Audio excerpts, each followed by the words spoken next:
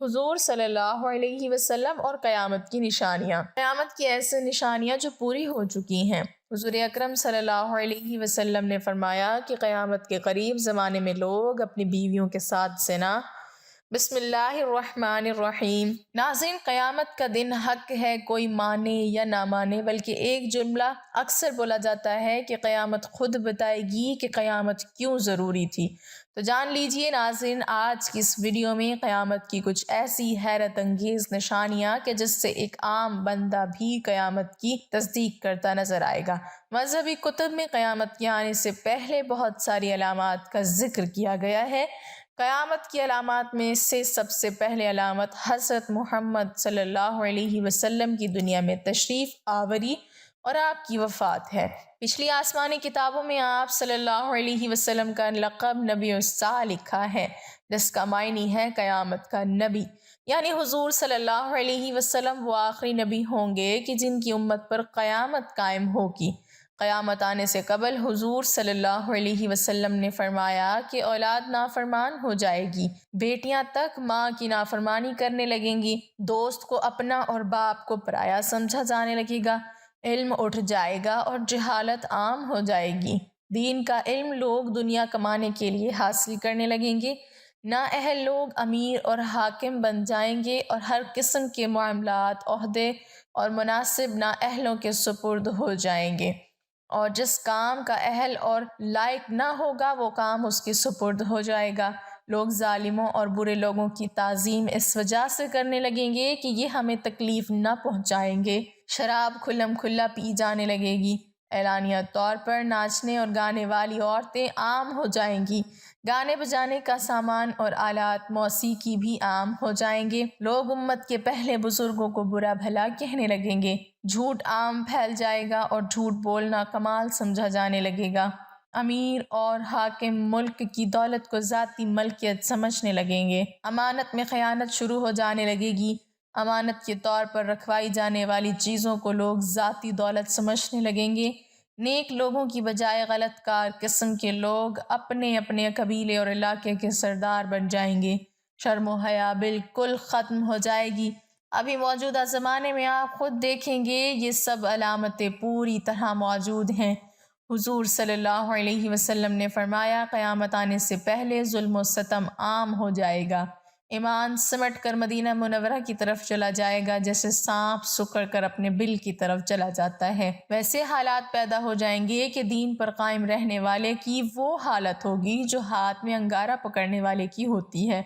زکوٰۃ کو لوگ تاوان سمجھنے لگیں گے، مال غنیمت کو اپنا مال سمجھا جانے لگے گا، ماں کی نافرمانی اور بیوی کی فرما برداری شروع ہو جائے گی، عورتیں زیادہ اور مرد کم ہو جائیں گے، یہاں تک کہ ایک مرد 50 عورتوں کا نگران ہوگا،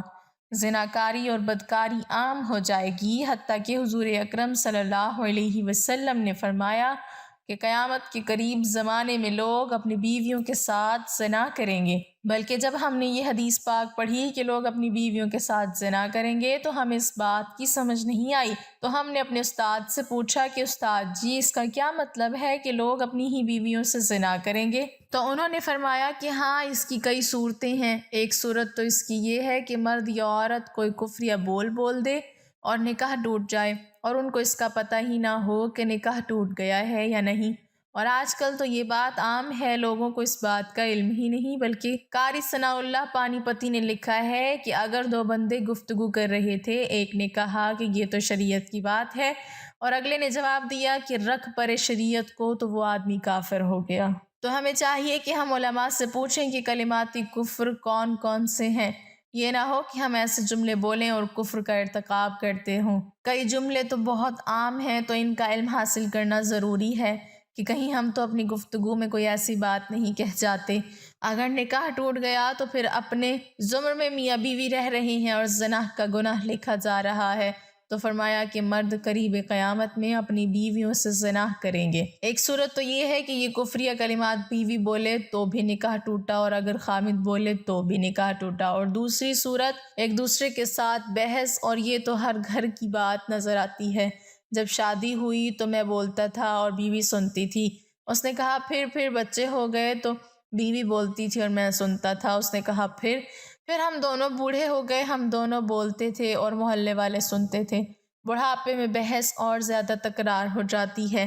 اور اس میں ہوتا کیا ہے، مرد کی زبان میں کنایہ طلاق نکل جاتی ہے۔ کنایہ کہتے ہیں کہ لفظ تو طلاق والا نہیں بولا، لیکن بات ایسی کر دی کہ مفہوم طلاق والا نکلتا ہے، اس کو کنایہ میں طلاق کہتے ہیں۔ اب یہ گناہ بہت زیادہ ہے، غصے میں کہہ دیتے ہیں کہ چلی جا، مجھے تیری کوئی ضرورت نہیں۔ آج کے بعد اس قسم کے الفاظ جس کا نتیجہ یہ نکلے کہ تو میری بیوی نہیں ہے، اب اس قسم کے مسائل کی بھی معلومات حاصل کرنی چاہیے۔ شریعت کہتی ہے کہ علم حاصل کرو، ایسا نہ ہو کہ کنایہ میں طلاق ہو جائے، جنہیں پتہ بھی نہ ہو اور وہ ساتھ رہ رہے ہوں۔ اور آج تو یہ حالات ہیں کہ زبان سے طلاق کہہ دیتے ہیں، طلاق ہو بھی جاتی ہے، پتہ بھی ہے دونوں کو، مگر بدنامی ہو جائے گی، پھر میاں بیوی اکٹھے رہ رہے ہیں ایک گھر میں، ایک کمرے میں، تو یہ زنا کر رہے ہیں۔ قربان جائیں اس سچے نبی کی مبارک زبان پر، 1400 سال پہلے وارن کر دیا تھا کہ قرب قیامت میں لوگ اپنی بیویوں سے زنا کریں گے۔